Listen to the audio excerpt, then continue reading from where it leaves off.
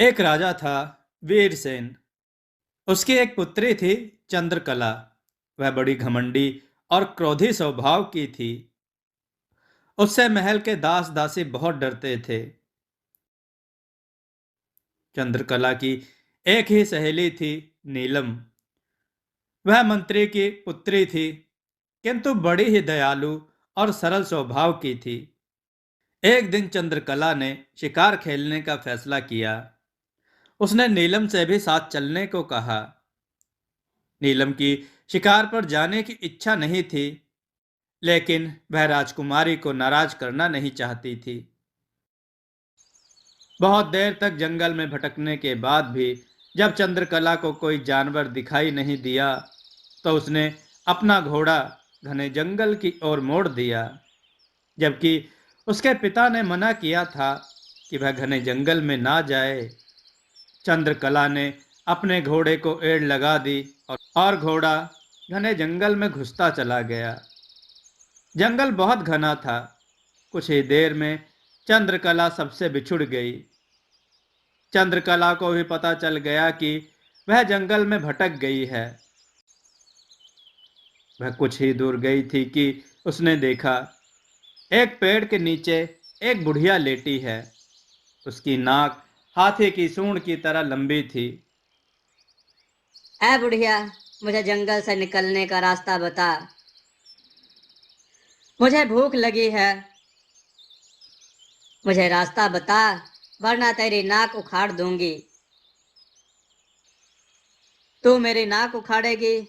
जा, लंबी हो जाए तेरी नाक। बुढ़िया ने कहा और देखते देखते घने जंगल में गायब हो गई। बुढ़िया के गायब होते ही चंद्रकला की नाक भी हाथी की सूंड की तरह लंबी हो गई। यह देखकर वह घबराकर रोने लगी।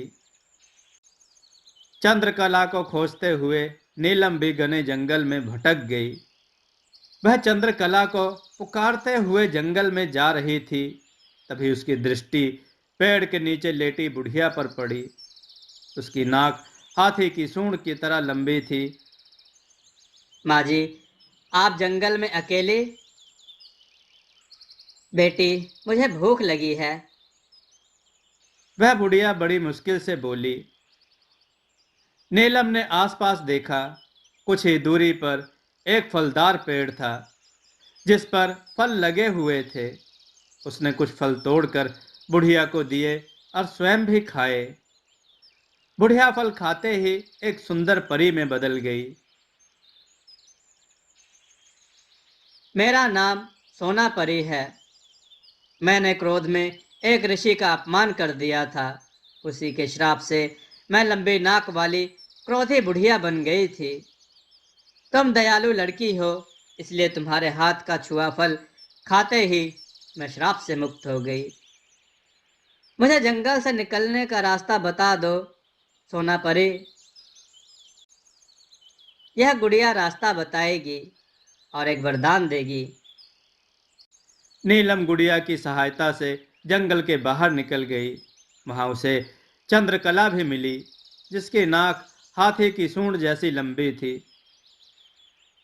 यह क्या हुआ? नीलम ने पूछा। चंद्रकला ने बुढ़िया के श्राप की बात नीलम को बता दी।